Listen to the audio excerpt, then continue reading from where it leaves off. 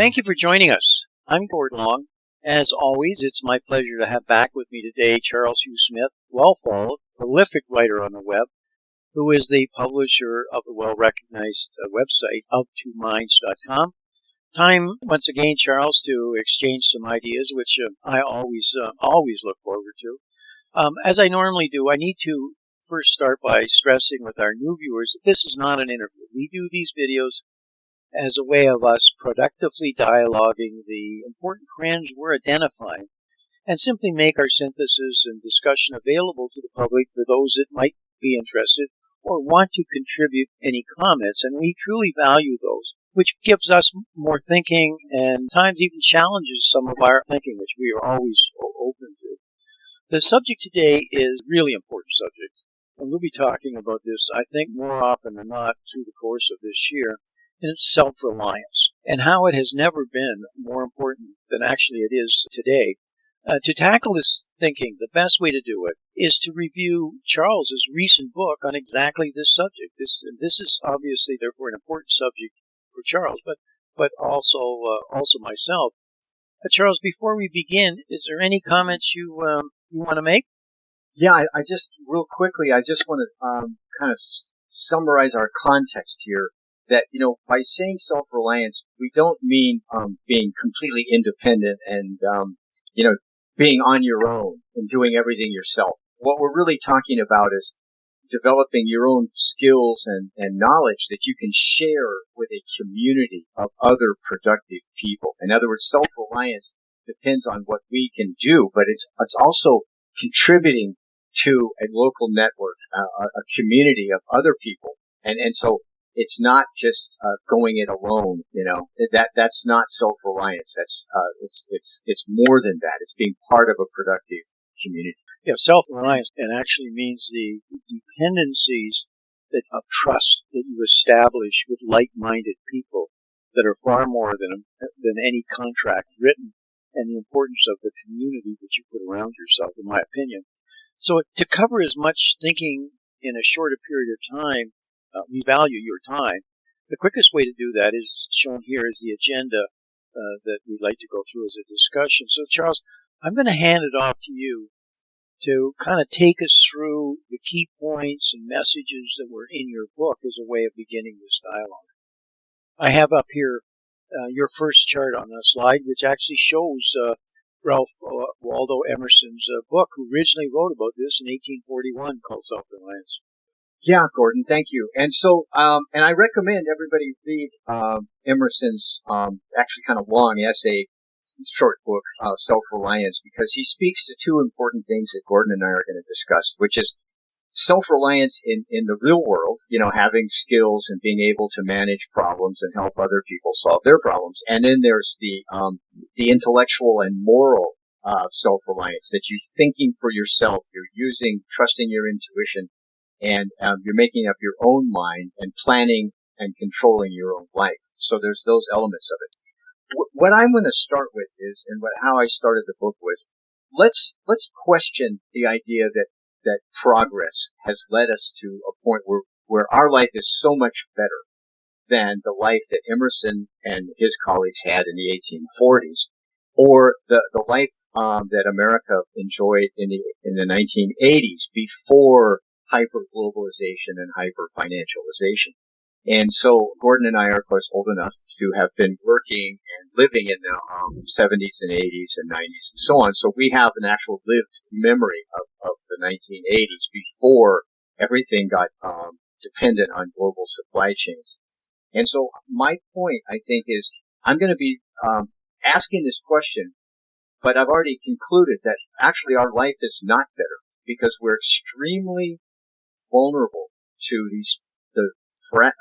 and our economy and society is actually quite fragile because we've become so dependent on these long supply chains that we don't control. In fact, so much of our life is not within our control. And this was not the case in Emerson's era or even in the 1980s. So, and Gordon, I'd like you to kind of speak to that loss of control over your life and your work.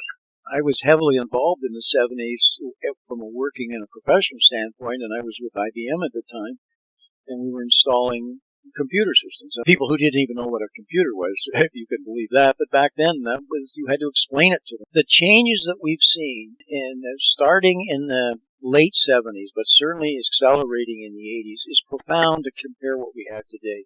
I would summarize a lot of the fallout from it, Charles, is that we used to, in a capitalist system, but we used to get more for less. As things advanced, as technology delivered many of its promises, as we explored the abilities to take advantage of new ways of doing things, new processes, not just computer related, but in many facets. People are more educated. People were going to college at higher levels or higher levels of education. We were getting continuously more for less. But something began to change in the late 80s and into the 90s, where I started to think we were starting to get less for more. Not more for less, but less for more. And it seems that in the last 15 years has dramatically accelerated. And the question is why is that? What is happening? So it's right to your point. Why is it that, and you can only have this perspective if you've lived through it. You can't read about it in a book. You've got to live through it. We are getting less. Things don't work as well. Life cycles are much shorter on the products. Things cost you much more. It isn't just about right today with inflation running rampant, shrinkflation, etc. What you call crapification, I think you called it, right, Charles? With product, we're getting less for more, and we need to really understand that in a bigger context. I hope that's what you're referring to, Charles. Yeah, absolutely. So here on this slide where I say how the economy has changed, and I start with Emerson's era of the 1840s. And so we go, oh, well, life was so primitive back then. And you go, yeah, sure. No iPhones, etc. Not even any telegraph at that point. So the point, though, is that that economy was very localized. And so you weren't going to wake up one day and be told that your vehicle can't be fixed because there's a component that's unavailable from Southeast Asia. And you'll have to wait for weeks to get that one little component, right? And so if you needed something, you either made it within your own household, or you got it from a neighbor. There was global supply chains for things like whale oil and tea and coffee and these kinds of things. So there were global supply chains, and they were profitable, those people trading it. But the life wasn't completely dependent on that.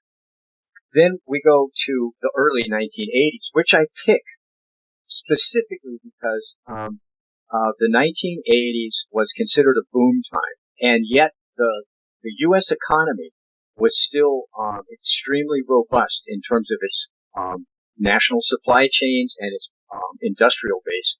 And there was also a much broader network of suppliers and producers. And so if you couldn't get parts from one person or one jobber and one wholesaler, then you could go to another wholesaler and who had another set of suppliers. All that's been stripped away. I would call it strip mining. And so now we have these huge, like quasi-monopoly corporations that own their entire supply chains globally.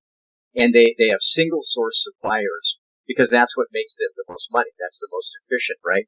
And so, we have zero control over any of this. There's not an alternative. And so that's just made us extremely vulnerable and our society and economy extremely fragile. So what we're talking about with self-reliance is not that to try to think that we can make our own iPhone. No, that's not it. That's like such a sophisticated process. It requires a global supply chain.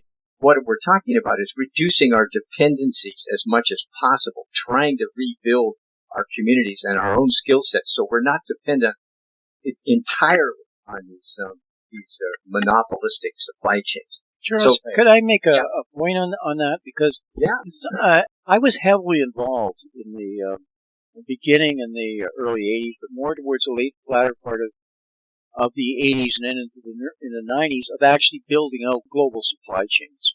It was the new concept. But as you had made a point, in the early 80s, everything was local. So in running manufacturing facilities, your job was to make sure you never single sourced a product. Because if you did, then that so that vendor didn't deliver, you had a manufacturing problem. This was before JIT and Kanban and pull systems. That's, just-in-time kind of processes. And so what you had to do is you had to find maybe 3 suppliers, and they could be spread out all over the nation, that you had comfortable with. You send vendor engineers out to make sure that they could, in fact, deliver the quality. They had the processes in place. This is before ISO 9001 and all these standards we started to implement. But it was a process we had to do, and we could deliver the product reliably on time with high quality. But then the supply chain started to move, as I said, late 80s and the 90s offshore, because suddenly all of our manufacturing, frankly, was starting to shift itself to some of the cheap, more in the textile industries we referred to, was starting to really shift out of America. But back to the supply chains. So all of a sudden, the suppliers were around the world. So one might have been in, say, Taiwan, but to get another, we needed another 2. The other one was going to be in India, maybe one was in the UK. That's very expensive to do, to be able to have these independent suppliers. But we had to do it because of dependencies was, again, and it came with some costs. And the good manufacturing corporations really figured out how to do that. We didn't have the computer technology now to allow it, but that was the kind of the state of affairs. What happened, and the point I'm getting to here, was it wasn't so much that the corporations were just trying to reduce the cost. What happened with these suppliers, they started to consolidate themselves. Whatever the product that they made, they suddenly were buying out the other suppliers. So in my scenario, they'd buy the guy in the UK, and then the new guy would be gone, and now the guy in India would suddenly be taken over by the guy in Taiwan. So the guy in Taiwan was suddenly controlling the market, and he could drive down the price, which is what you wanted. But in driving down the price, we're back to that big problem we were scared stiff with at first. We're single dependency. So now all of a sudden, they're controlling us, not just availability, but the price. We don't have the pricing power as a manufacturer, that is, to control it. And that was what I saw coming in the 90s, as we saw more and more of this, and the stock market and the financialization, which drove these people around the world, not American companies, but everybody else to be doing that. And that supply chain has went to another level today, where it's now down to not just the manufacturing of the component that you're trying to buy for your product, but it's into the raw materials themselves, the rare earth products and materials that we've become so dependent on, and where that cost structure. So it's back to your point. We've lost control. And all of a sudden we saw it come to light in COVID. Well, you just can't get the product. We can't get the drugs. We can't get this or that. You can pull back today, but you can't really pull it back the way people think, because the raw materials, you don't have the minds to do it. You don't have the skill sets in many cases. Being a little long-winded, Charles, but it's this self-reliance from a financial basis is being taken away from us almost in a natural ingredient. And we have to come up with solutions and to do it. And we're talking now about reshoring and this sort of thing. But that's not well thought out. It's going to happen to some degree, but it's a serious problem.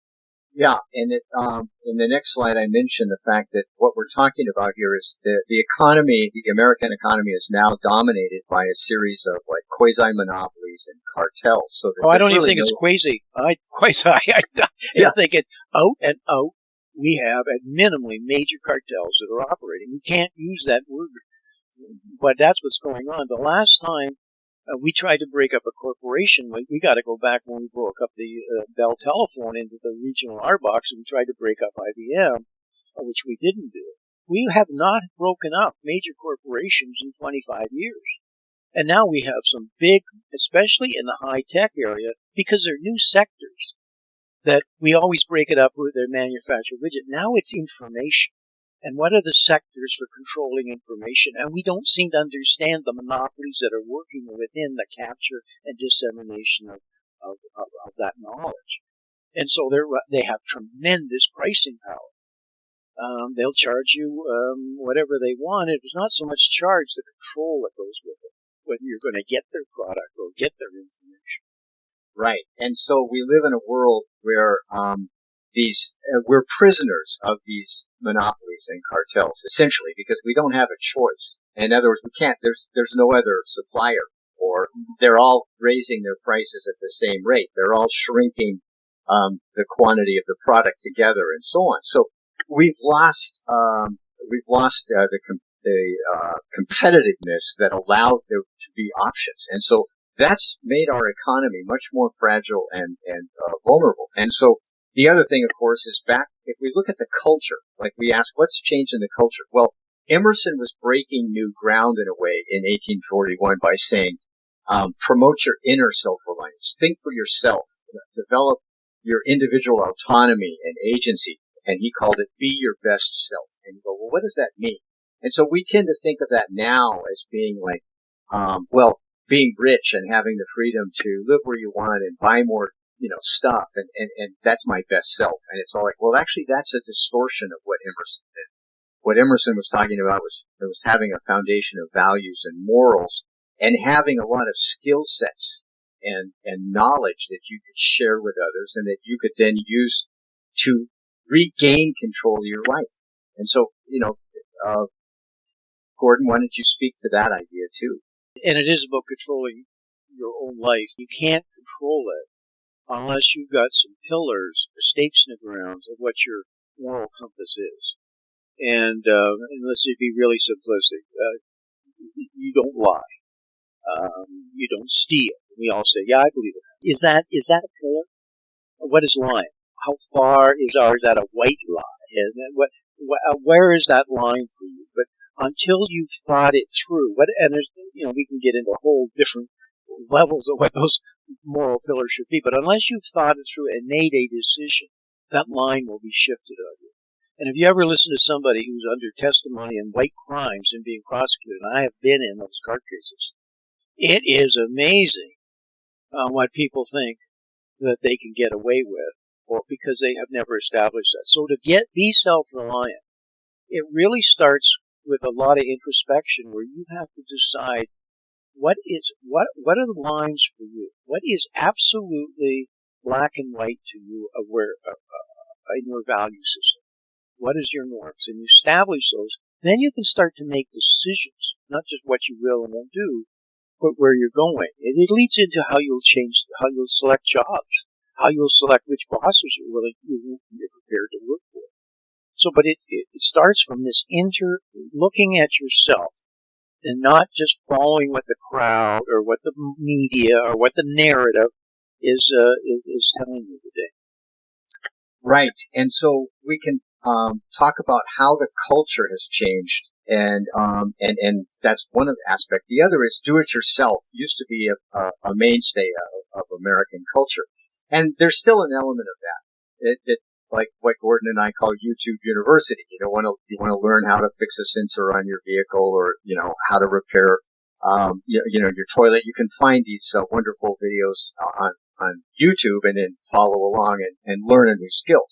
But as a general rule, what we've done is our culture has put a tremendous value on specialization. Like the idea being you're going to do one job in a narrow field and you're going to make money and then you're going to pay for everything else. And so I'm kind of astounded because I have to say, I worked my way through college as a carpenter and a builder and had a lot of different skills I acquired.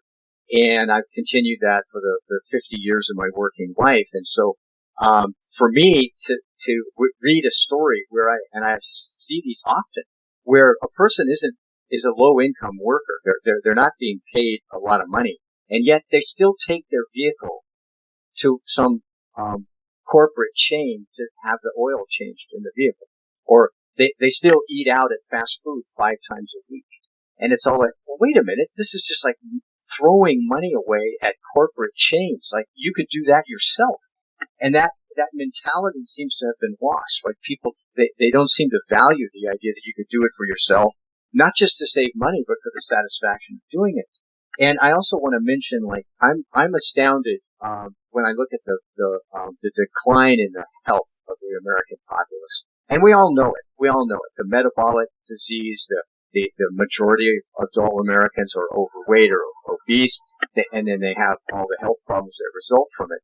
And then instead of there being a self-reliant solution, then what we're told is the government should spend $1,000 a month on every person that wants to take a diet drug, the new family of medications which reduce appetite and allows people to maybe lose 15 to 20% of their body weight. And it's all like, well, wait a minute, let's look at the fragility and vulnerability of this system. And I just saw an article that mentioned the local governments cannot afford $1,000 a month for every person that wants these medications, which is in the tens of millions of people, right? It's like, it's unaffordable. And it's like, well, is there any other way to restore your health? And of course, you could just eat real food and make it at home yourself and eliminate all the snacks, the junk food, the sugars, the extra, like the bad fats, et cetera, and you could resume a life of fitness. And yet none of that's all like, no, forget that stuff. Just find somebody to pay the $1,000 a month for you to take the medication.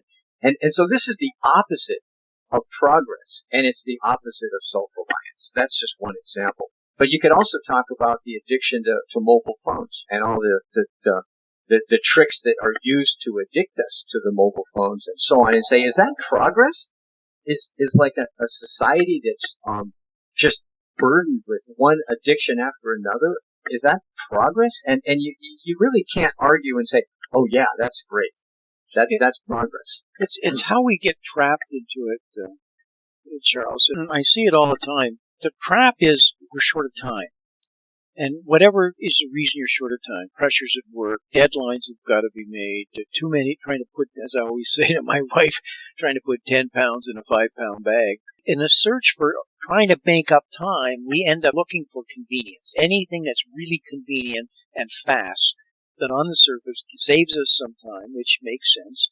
But we end up getting trapped into that convenience. And then, and with doing that, we end up surrendering a lot of our controls unwittingly, and we get into kind of bad habits. For years, I had an office that was a floor right up. My offices were a floor right above what turned out to be a large donut shop. And I used to marvel at it's called Dunkin' Donuts up here in the Northeast. And I used to marvel, and I had a big picture window in the front of my offices, and the lineups of every morning, people that would go through the drive-in to get into the Dunkin' Donuts, and it was amazing. It was nothing for me to count 35 cars out there in front of my office. It was getting hard to get into my office building because of the Dunkin' Donuts lineups, and they had to build special lineups. But anyway, why was it waiting in there in these lines for this long just to get through the drive-in? Wouldn't it be easier just to have a machine, especially where you can build just at home that makes a cup of coffee? But for some reason, maybe they're in a hurry. This was faster, but suddenly it wasn't faster anymore. And then all of a sudden, I noticed that they started downstairs in the coffee or in the Dunkin' shop. If you came in, they had a fast count. So in other words, you could send your message by your phone to the donut shop, and they would have your coffee or whatever you want right there in a bag. You just walked in, they scanned it, and you walked right out with your bag. So all of a sudden, we can't wait in the lineups anymore, and so we got people in the lineups, we got people in the counters, and then you got the poor stupid person who just wandered in looking for a coffee, waiting forever to try and get the coffee because you're paying for the speed and the contact. But what's the trap here? What's the trap I'm getting to? Why are you playing that game? Why did you ever get caught up in that? Is that convenient? No, that's suddenly no longer convenient. Wouldn't it be just easier to have a simple coffee machine? You put the little cup, the little container in, fill the water that's already in, hit the button and go have a shower, and it's made when you come back, and then put in your cup. Wouldn't that be faster? No, we don't do that. So, because we just get sucked into all, and there's so many examples like that. And is that being self-reliant? Well, you say, who cares? This is part of my life. Well, I looking at a cup of coffee now is nothing for $3 to $5 for a cup of coffee at these places. And then if you want some other kind, it's easily $10, $12, $15. I'm seeing people at the counters that they're paying to pick up the bag that they're getting. Well, just a minute, how much are they making now in after-tax dollars? Is this not now entrapping? maybe a really bad example, and I know a lot of people feel strongly about it, but it's how this time measurement now is controlling us and is getting us into bad behavior. Does that make sense to you, Charles, that example? Yeah, it does, and it's interesting how like our hyper specialized work ends up demanding so much of us that we're seeking convenience. Another point I wanted to recover here a slide how finances changed. In the 1840s, there was no central bank, and so capital was scarce. It was hard to borrow money, and you had to pay interest for it, and so you had to be ingenious, and you had to figure out a way to do stuff frugally because you couldn't borrow huge sums of money. In the 1980s, because of the inflation that came up in the 70s, then interest rates were high. And so capital was available, but you had to qualify and it was expensive. So you didn't borrow, huge amounts of money because you couldn't afford it. Now, what do we have? We're totally dependent on just extreme expansion of debt for everything from paying for your university to, trying to buy a house. Your vehicle loan is $40,000 to $50,000 and so on. And so this dependency on debt is really made us debt serfs. Just as we're prisoners of these monopolies, we're now debt serfs. You can't live without borrowing huge sums of money that you're on the hook for years or even decades. And so that's a big change. And again, is this progress? So that leads us to the next slide, which is where I say, what is self-reliance? And I'll just read real quickly. The self-reliance is not self-sufficiency. It doesn't mean we're going to try to do everything ourselves. The other one is and we can't get rid of the industrial tools and that we need for like a prosperous life, right?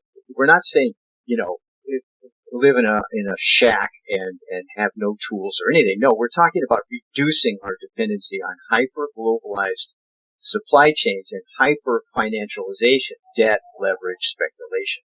The goal is to reduce our dependency, not to become completely self-sufficient, but to reduce our dependencies, because this is the way we regain control of our life. And this is one point that Gordon made in our conversation before we started, which is younger generations want a balance of life. They want to regain control of their life. They don't want to just be like debt serfs or slaves to their job. And the only way to do this is to pursue the self-reliance that we're discussing. Otherwise, you're unwittingly dependency, you become entrapped. We just went through some of this entrapment. Convenience is one of them. Debt is a massive one today. It's the perception of others, your feeling on how you're being perceived. These entrap you, and they change your behavior, and if not held correctly, will control your life.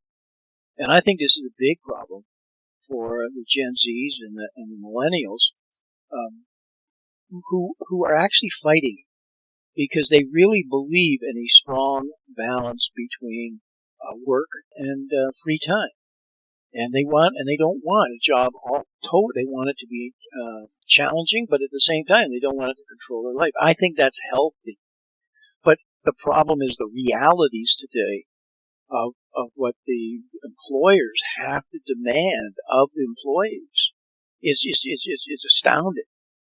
There's no time off. You're always on call, or whatever, or the level of staying current.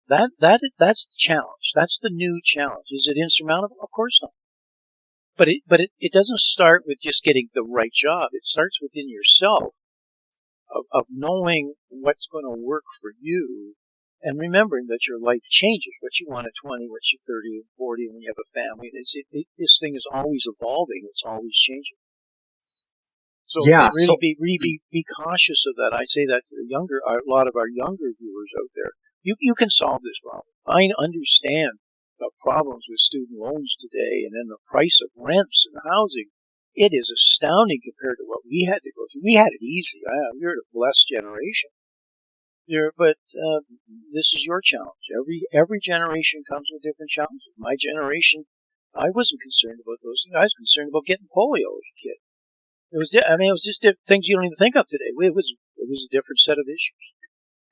Right. And so, I I'm highlighting 3 points of self-reliance. One is, as we've discussed, thinking for yourself, learning as much as you can so you can make wise decisions. Number 2, acquiring practical skills that we can use for ourselves and others. And then nurturing local supply chains.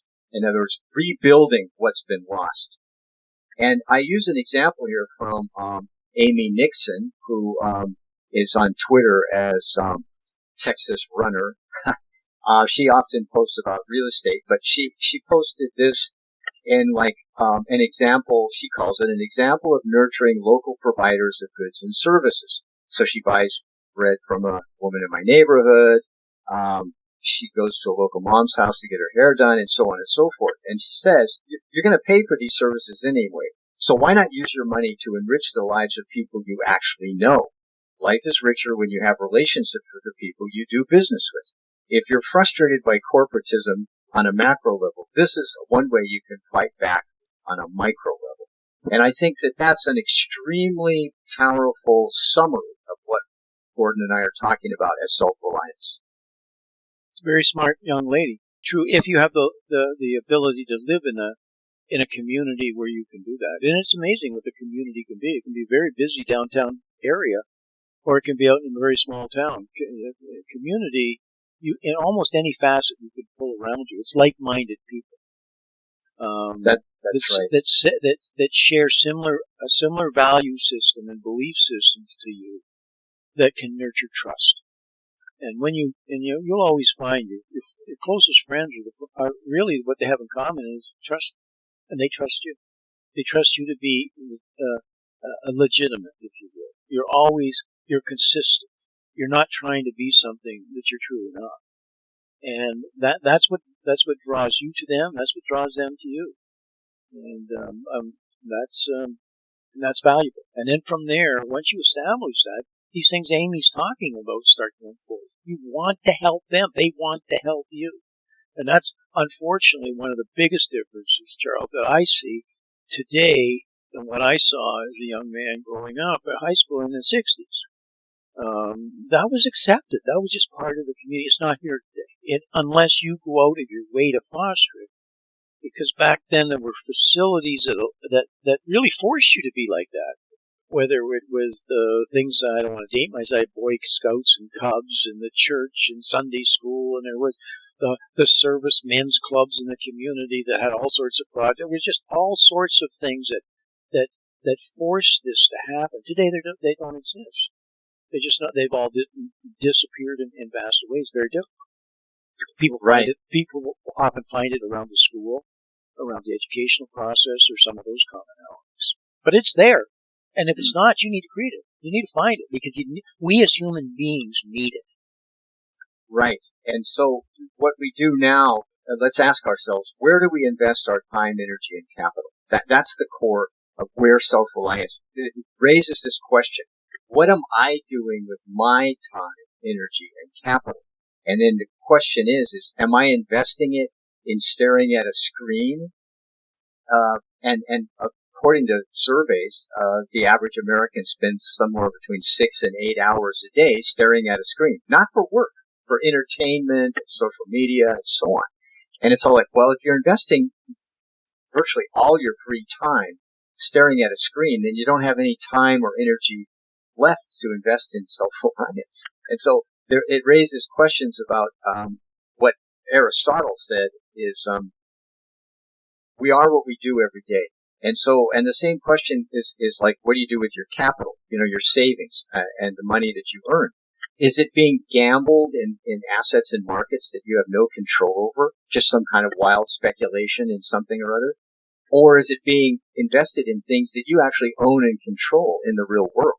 And so self-reliance, of course, is about investing in assets that you own and control and that you can leverage to create income for you and also serve your community. And so the last point I want to make is self-reliance is not a cookie-cutter list that we can follow. In other words, it's not a shopping list where you can check off what worked for somebody else and say, okay, I understand what self-reliance is. No, actually self-reliance means we're thinking it through for ourselves and our own circumstance. So everybody's going to have a different path to self-reliance. And so it does require thinking about your life and where you want to live and how you want to live, and then making a plan and then taking steps toward that plan. And so that's going to require thinking through where you want to live. Because if you're in a self-reliance desert where there's just freeways, strip malls, and corporate fast food outlets, you're going to have a hard time establishing the kind of community we're talking about. So it may require moving your locale. It may require a change in career, or it may require none of those things. It may just be doing what you can in your local community and developing your own skill sets, and investing your capital more wisely. So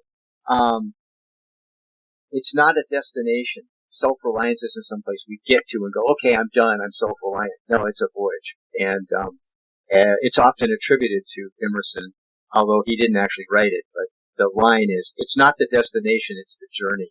And so self-reliance is a journey. A lifelong journey, as you point out, Charles. And I say that because it's ever-changing. You're changing as a human being. Your relationship with a spouse or whatever is changing.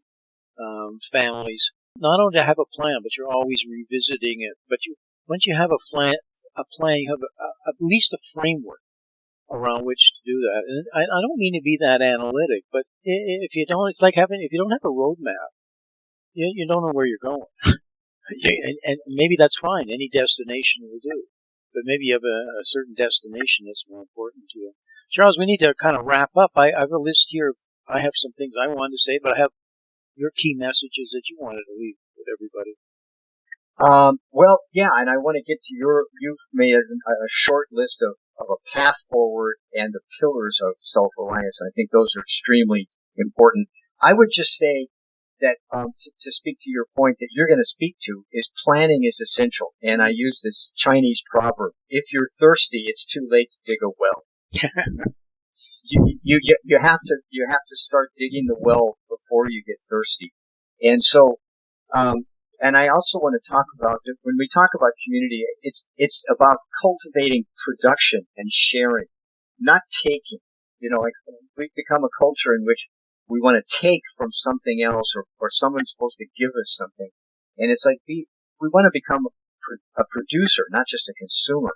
And we want to cultivate fragility, which means flexibility, a life devoted to learning new skills and everything else we've discussed. When we talk about anti-fragile, it means the opposite of what we have now, a society that's extremely fragile and dependent. So I'm going to turn it over to you to talk about the path forward and the pillars of self-reliance. Yeah, Charles, some of this we've kind of touched on, but in recapping it, how I really think of this is, and I'm showing a chart here of pillars. Whatever they are for you, but you have to put these and anchor these down. And it's your core values and belief.